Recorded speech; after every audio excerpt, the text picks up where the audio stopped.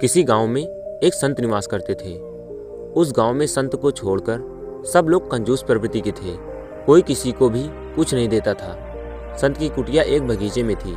कोई व्यक्ति उनके पास आता तो वह उसे अपने बगीचे से फल तोड़कर खाने को देते और बकरी का दूध भी लोगों को पीने के लिए देते।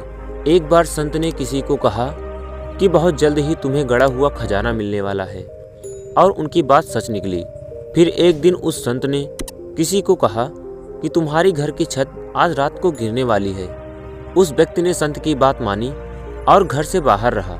संत की बात पुनः सत्य हुई। छत वास्तव में अगले दिन गिर गई। अब सभी के अंदर एक धारणा बन गई कि संत की कही हुई बात कभी गलत नहीं होती।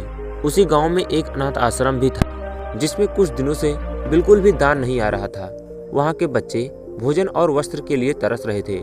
ऐसी स्थिति में वहां के अध्यक्ष संत के पास पहुंचे और विनती की, हे संत महात्मन, आपने आज तक जो भी कहा है वह सत्य ही हुआ है। मैं आपसे एक झूठ बोलने की प्रार्थना करता हूँ। आप बस इतना कह दें कि 3 दिन के बाद प्रलय होने वाला है। संत बोले, ऐसा कैसे हो सकता है? झूठ तो झूठ ही रहेगा। इस पर व्यक्ति बोला, मैं जानता हूँ पूज्यवर, परंतु आपके एक झूठ से अनाथालय के अनेक बच्चों को जिंदगी मिल सकती है। संत बोले, मेरे झूठ बोलने से बच्चों का क्या संबंध? परंतु तुम्हें लगता है कि मेरे झूठ बोलने से बच्चों को भोजन मिल सकता है तो मुझे सहर्ष स्वीकार है। दूसरे दिन संत ने किसी से कहा कि 3 दिनों में प्रलय होने वाली है। बात आग की तरह पूरे गांव में फैल गई। सभी जानते थे कि संत की बात हमेशा सही होती है। किसी ने कहा, प्रलय के समय जल और थल मिल जाते हैं। ऐसा जानकर सभी मंदिर के प्रांगण में एकत्र होकर प्रार्थना करने लगे।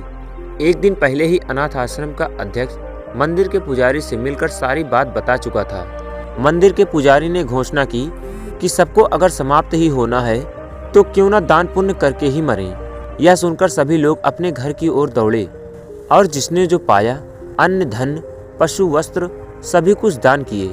अनाथ आश्रम को भी दान दिए। फिर तीसरा दिन आया और चला भी गया।